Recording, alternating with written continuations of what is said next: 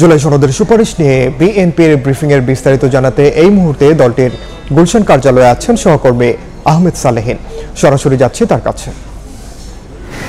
গত 28 তারিখে যে ডক্টর ইউনূসের কাছে যে সুপারিশমালা দেওয়া হয়েছিল জাতীয় জুলাই সনদের, সেই সুপারিশমালা নিয়ে আজকে বিএনপি তার স্থায়ী কমিটির সদস্য তারা আজকে গুলশানে বিএনপি চেয়ারপারসনের কার্যালয়ে একটি সংবাদ সম্মেলন করেছে। যে সংবাদ সম্মেলনে তারা সেই সুপারিশমালা নিয়ে আপত্তি তুলেছেন এবং সেই বিষয়গুলি নিয়ে তারা বলেছেন যে এটি আসলে যেটি একপেশে এবং জবরদস্তিমূলকভাবে জাতির উপর চাপিয়ে দেওয়া হচ্ছে, এই ধরনের বক্তব্য দেওয়া হচ্ছে। এবং তারা কিন্তু বলেছেন যে যারা এতদিন যাবৎ 7 মাস ধরে যেই সংলাপ করেছে জাতীয় ঐক্যমত্য কমিশনের সঙ্গে, সেই কমিশনে যেই বিষয়গুলি উঠে এসেছিল এবং সেই বিষয়গুলি যে আলোচনা হয়েছিল সেটি আসলে মূলত অর্থহীন ছিল, প্রহসনমূলক ছিল, যেটি জাতিসংঘের প্রতারণা বলছে বিএনপি মহাসচিব মির্জা ফখরুল আলমগীর।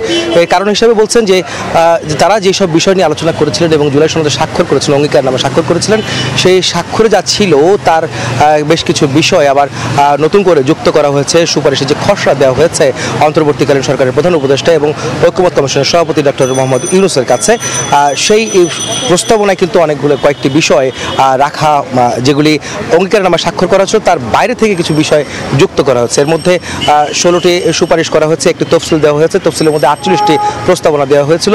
যেসব বিষয়ের মধ্যে কিছু বিষয় আপত্তি তোলা হয়েছে, যেমন সংবিধান সংস্কারের যে পরিষদ গঠনের বিষয়টি এসেছে এবং জুলাই সনদ বাস্তবায়নের যে আদেশ জারির বিষয়টি এসেছে, যেটি সরকার করবে, সরকার এখতিয়ার রাখে না বলে বিএনপি মহাসচিব জানিয়েছেন। এবং তারা বলেছেন যে প্রয়োজনে এই বিষয়গুলি নিয়ে তারা আপত্তি যেমন জানিয়েছেন, তেমনি প্রয়োজনের প্রধান উপদেষ্টার কাছে সেই আপত্তি নিয়ে তারা তাদের কাছে যাবেন এবং এই বিষয়গুলি যেন সামনে যেটি চূড়ান্তভাবে যেই প্রস্তাবনা বা বাস্তবায়ন প্রক্রিয়া যে যাবে, যে প্রস্তাবনা দেওয়া হবে, সেখানে যেন সেই বিষয়গুলি না থাকে।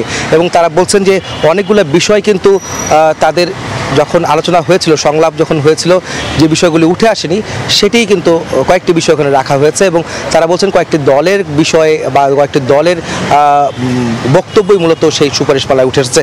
তো সেখানে যদি বলা যায় যে এই বিষয়গুলি নিয়ে আসলে বিএনপি কোনো কর্মসূচি দিবে কিনা সাংবাদিকদের প্রশ্ন ছিল, কিন্তু তারা কোনো কর্মসূচির কথা বলেনি, বলছেন কোনো কর্মসূচি তারা দিবেন না। একই সঙ্গে যে গণভোটের যে প্রসঙ্গটি এসেছিল, যে গণভোটের যে বিএনপির যে আগের অবস্থান, যে নির্বাচনের আগে না পরে বা নির্বাচনের দিন গণভোট হবে কিনা, সেই বিষয়ে বিএনপির আগের অবস্থানে অনড় রয়েছেন। তারা বলছেন যে নির্বাচনের দিনেই গণভোট করতে হবে। এর ব্যাখ্যা হিসেবে তারা বলছেন যে সরকারের এবং কমিশনের যে ব্যয় বাড়বে যদি নির্বাচনের আগে, জাতীয় নির্বাচনের আগে যদি গণভোট হয়, সেটিকে কমানোর জন্য আসলে নির্বাচনের দিন মূলত গণভোট আয়োজনের প্রস্তাবনা তারা বিএনপি দিয়েছে এবং সে বিষয়ে তারা একমত বা তারা সে বিষয়ে এখনও অনড় অবস্থায় আছে।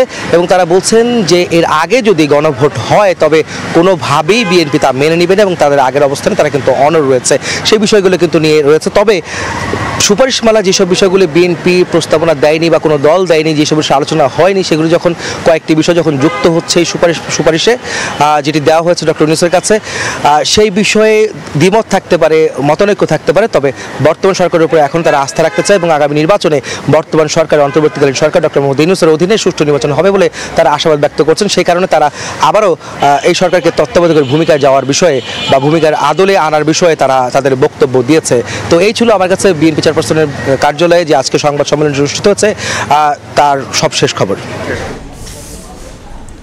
সরাসরি যুক্ত ছিলাম গুলশানে।